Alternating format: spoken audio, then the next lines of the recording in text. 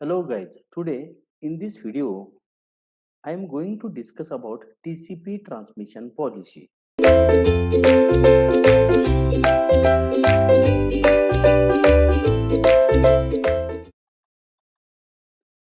We know that window management in TCP is not directly tied to acknowledgements as it is in most of the data link protocols. For example, suppose the receiver has a 4096 byte buffer as shown in the figure. If the sender transmits 2048 byte segment that is correctly received, the receiver will acknowledge the segment. However, since it now has only 2048 bytes of buffer space, it will advertise a window of 2048 starting at the next byte expected. Now the sender transmits another 2048 bytes, which are acknowledged, but the advertised window is 0. The sender must stop until the application process on the receiving host has removed some data from the buffer, at which the TCP can advertise a large window. When the window is 0, the sender may not normally send segments with two exceptions. First, urgent data may be sent, for example, to allow the user to kill the process running on the remote machine. Second, the sender may send a 1 byte segment to make the receiver re-announce the next byte expected and window size. The TCP standard explicitly provides this option to prevent deadlock if a window announcement ever gets lost. Senders are not required to transmit data as soon as they come in from the application. Neither are receivers required to send acknowledgements as soon as possible. This freedom can be exploited to improve the performance. Consider a telnet connection to an interactive editor that reacts on every keystroke. In the worst case, when a character arrives at the sending TCP entity, TCP creates a 21 byte TCP segment which it gives to IP to send as a 41 byte IP datagram.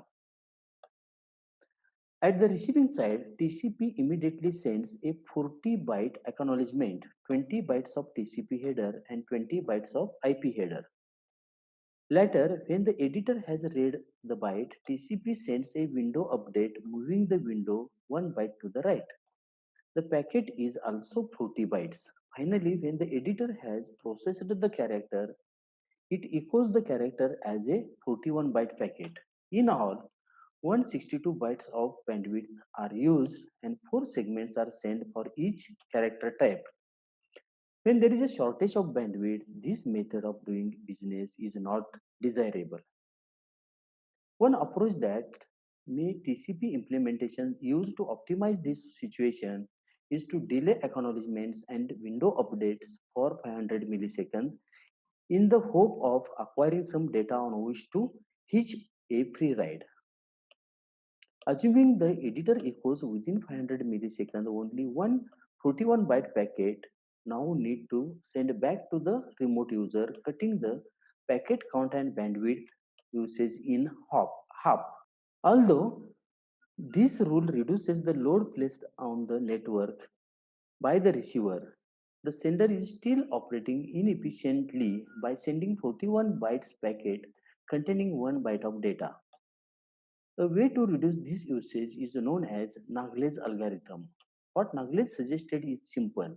When data come into the sender 1 byte at a time, just send the first byte and buffer all the rest until the outstanding byte is acknowledged. Then send all the buffered characters in one TCP segment and start buffering again until they are all acknowledged. If the user is typing quickly and the network is slow, a substantial number of characters may go in each segment, greatly reducing the bandwidth used. The algorithm additionally allows a new packet to be sent if enough data has trickled in to fill half the window or a maximum segment. Another problem that can degrade TCP performance is the silly window syndrome. which is introduced by Clerk in 1982. This problem occurs when data are passed to the sending TCP entity in large blocks, but an interactive application on the receiving side reads data one byte at a time. To see the problem, look the figure shown in the slide. Initially, the TCP buffer on the receiving side is full and the sender knows this. Then the interactive application reads one character from the TCP stream. This action makes the receiving TCP happy, so it sends a window update to the sender saying that it is alright to send one byte. The sender sends again one byte. The buffer is now full, so the receiver acknowledges the 1 byte segment but sets the window to 0. This behavior can go on forever. Clerk's solution is to prevent the receiver from sending a window update for 1 byte. Instead, it is forced to wait until it has a decent amount of space available and advertise that. Specifically, the receiver should not send a window update until it can handle a maximum segment size it advertised when the connection was established or until its buffer is half empty, whichever is smaller. Furthermore, the sender can also help by not sending tiny segments. Instead, it should try to wait until it has accumulated enough space in the window to send a full segment or at least one containing half of the receiver's buffer size. Nagle's algorithm and Clerk's solution to the silly window syndrome are complementary. Nagle was trying to solve the problem caused by the sending application, delivering data to TCP a byte at a time. Clerk was trying to solve the problem of the receiving application sucking the data up from the TCP a byte at a time.